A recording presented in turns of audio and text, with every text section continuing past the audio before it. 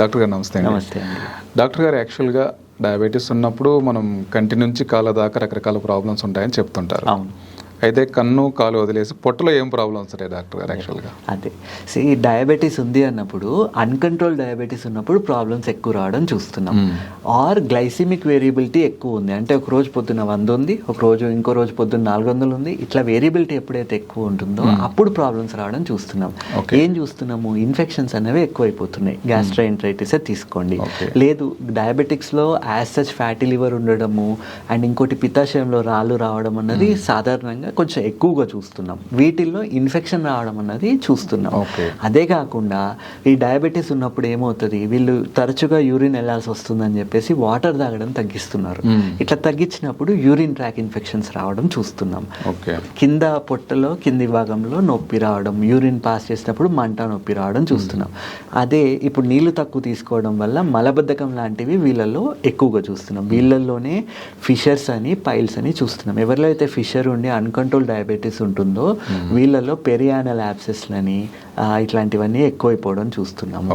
And prostatitis అంటాం కదా, మగవాళ్ళలో తీసుకున్నట్టయితే ఎల్డర్లీ ఏజ్ గ్రూప్లో షుగర్లు కంట్రోల్లో లేనప్పుడు సిస్టైటిస్, ప్రాస్టటైటిస్ అన్నది ఎక్కువైపోవడం చూస్తున్నాం.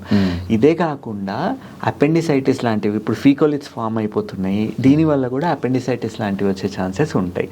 అండ్ ఇవే కాకుండా పెద్ద వయసు వాళ్ళల్లో షుగర్ ఉండి అన్కంట్రోల్డ్ ఉంది, పేగుల్లో చలనం అన్నది తగ్గిపోతుంది. ఆ తగ్గడం వల్ల కూడా ఈ గ్యాస్ట్రోకోలిక్ రిఫ్లెక్స్ లాంటివి ఎక్కువగా కనబడడం జరుగుతుంది. అంటే వీళ్ళు తినంగానే మోషన్ వెళ్ళాల్సి వస్తుంది, తిన్న ప్రతిసారి వీళ్ళు మోషన్కి వెళ్ళాలి, ఎందుకంటే కడుపు కదిలినా కొద్దీ పేగులు కదులుతాయి. సో ఈ ఇష్యూస్ అనేవి ఎక్కువైపోవడం చూస్తున్నాం. సో అందుకనే లేచి రెగ్యులర్గా నడవమని చెప్తాము. నరాల మీద ఎఫెక్ట్ వస్తుంది కదా, ఇప్పుడు ఎట్లనైతే ఆటోనమిక్ నర్వస్ సిస్టమ్ ఇన్వాల్వ్ అయినప్పుడు కాళ్ళల్లో పగుళ్ళు, చర్మం డ్రై అయిపోవడం చూస్తామో, అట్లనే పేగుల్లో కూడా ఈ చలనం అన్నది తగ్గిపోవడము, పేగులు కదలాల్సిన విధంగా కదలకపోవడము, ఇవన్నీ చూస్తున్నాం. సో కొద్ది రోజులు మందులు వాడాల్సిన అవసరం రావచ్చు. అండ్ దీంతో పాటు వీళ్ళు తీసుకునే ఆహార పద్ధతులు మొత్తం మారాలి. వాటర్ బాగా తీసుకోవాలి, యూరిన్ కంట్రోల్ చేసుకోవద్దు, మోషన్ కంట్రోల్ చేసుకోవద్దు. పీచు పదార్థాలు ఎక్కువ ఉండే ఫుడ్స్ తీసుకోవడం వల్ల మోషన్ అనేది ఫ్రీగా వచ్చే ఛాన్సెస్ ఉంటాయి. అండ్ కూర్చున్న ప్లేస్లో కూర్చొని ఉండకుండా రెగ్యులర్గా నడుస్తూ ఉండాలి. షుగర్లు కరెక్ట్ కంట్రోల్లో ఉన్నాయా లేదా వీళ్ళు రెగ్యులర్గా చెకప్ చేసి చూసుకోవాలి. ఇవన్నీ చేసుకొని ఒక లైఫ్ స్టైల్ అనేది, ఒక పద్ధతి ఫాలో అవుతే ఈజీగా ఈ ప్రాబ్లమ్స్ లేకుండా చూసుకోవచ్చు. తక్కువ తినాలి, ఆ తినేది పనికొచ్చేది తినాలి, అవసరమైతే తినాలి.